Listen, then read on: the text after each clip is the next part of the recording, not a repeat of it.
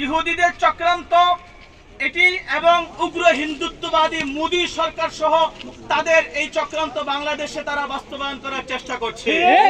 অতএব আমাদেরকে সজাগ থাকতে হবে।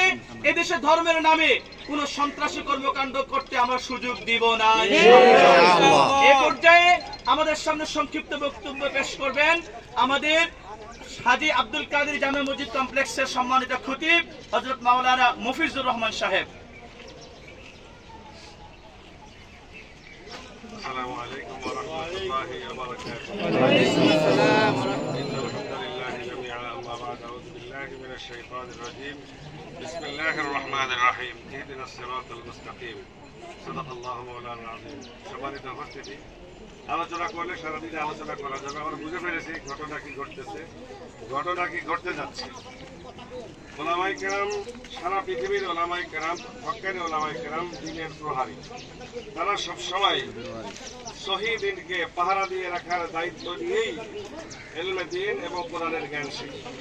যেখানেই গুমরাহি সেখানেই হক্কানি ওলামায়ে কেরাম বাধা, যেখানেই গুমরাহি সেখানেই হক্কানি ওলামায়ে কেরামের বাধা। সুতরাং সে গোমরাহি পার্টি হইতে পারে নিজের আপনজন, হইতে পারে নিজের উস্তাদ, হইতে পারে নিজের এমন কেউ যাকে বলা সম্ভব নয়। কিন্তু যখন কোরআন হাদিসের বিরুদ্ধে কেউ কথা বলবে তখন হক্কানি ওলামায়ে কেরাম কখনো চোখ বুজে মুখ বুজে বসে থাকবে না।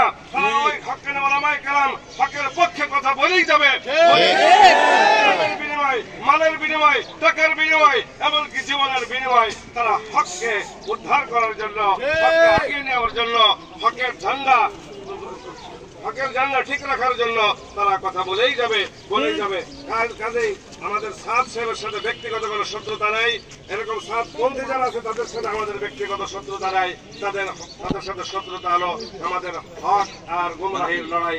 এই জন্য আমরা অনুরোধ করবো, সাদ সাহেব ভুল করছেন, সেই ভুলকে ভুল বলে, সেই ভুলকে ভুল স্বীকার করে ভাই সাদ সাহেব তওবা করে ফিরে আসবেন। অথবা এলাকার যে সমস্ত সাথী ভাইরা আছেন, তাবলীগে বসেন, তাবলীগের সাথে কাজ করতেছেন, তারা ওই সন্ত্রাসী কর্মকাণ্ড পরিহার করে তওবা করে ওলামায়ে কেরামের সাথে ফিরে সহি দ্বীনের কাজ করুন। আমরা আপনাদেরকে আপন করে মেনে নিব। অথবা যদি আপনারা এটা না করেন, এই সন্ত্রাসী কর্মকাণ্ড চলতেই থাকে, তাহলে কোন মসজিদে আপনাদেরকে স্থান দেওয়া হবে না, মসজিদ আপনাদেরকে স্থান দেওয়া হবে না। আবার এই কথা সমস্ত এলাকাবাসীর, সমস্ত কমিটি, এলাকাবাসীর সাধারণ জনগণ তারা কিছু জানতো না যে তাদের এই ধোঁকাবাজি কি। সাধারণ জনগণ জেনেছে, বুঝেছে। আশা করি তাদেরটাকে আর সাড়া দিবে না। এখন থেকে তাদের সাথে আমরা বসবো না, তাদের সাথে আমরা কোনো কার্যক্রম করবো না এবং তাদেরকে মসজিদ আমরা স্থান দিব না। এই দাবি রেখে আমি আমার আলোচনা শেষ করছি। ওয়া আখিরু দাওয়ানা আলহামদুলিল্লাহি রাব্বিল আলামিন।